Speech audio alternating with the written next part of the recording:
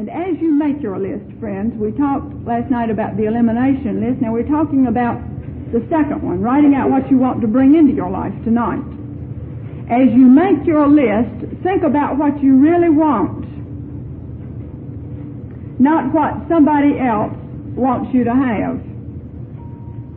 Make your list and realize that it's already on the way to you by the time you even desire it, you see. And so writing it out helps to bring it into visibility.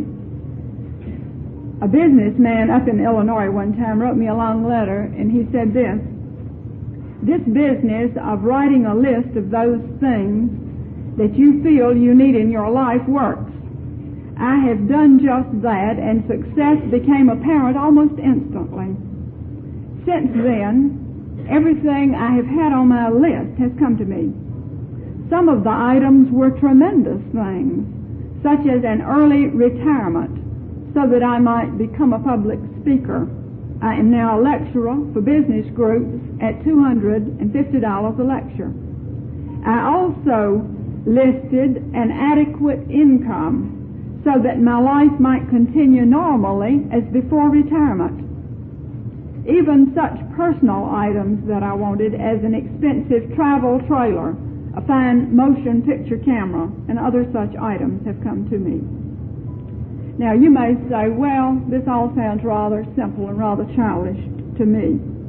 And you may say, but why are these simple techniques necessary from a mental standpoint? Well, remember this, friends, that the mind of man must look outward as well as inward for balance. The mind is the blending area of one's thoughts and feelings, and you must balance the inner with the outer. That is why we are all here, you see, in a physical form, is to blend the inner and outer phases of our being. Now, to me, there's nothing more pathetic than to see those misguided people who think that they are too advanced, as they say, mentally and so on, to use mind power in such practical ways. Now, again, such people can often give you a lot of high-flung theory, but often such people become confused. They suffer all kinds of needless problems because they aren't balanced. They aren't doing any of these simple things to externalize that mind power, to release it as results and balance in their world. And so dare to do the simple things that lead to prosperity. Make your list of what you really want, not what somebody else thinks you should have. And as you make your list, dare to please only yourself. There is a mystic saying that I like to use and like to think about when I make my list. And the mystic saying is this: the highest is the nearest. The highest good is the nearest good. So do not compromise as you make your list. And don't list what somebody else around you thinks you can have or that you should settle for.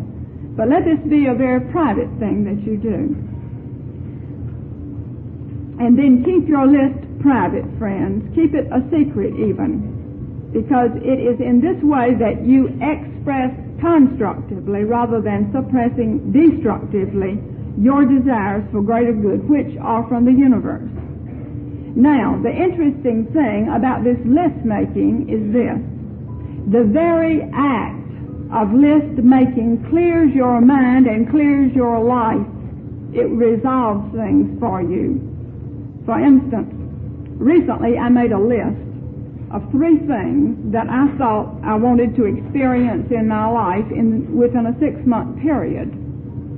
6 months later, when I looked at my list, I was amazed how it had worked out. The first item on my list had come to pass. It was by far the most important one. The second item had not come to pass, and events indicated that the answer to that desire was no for the time being.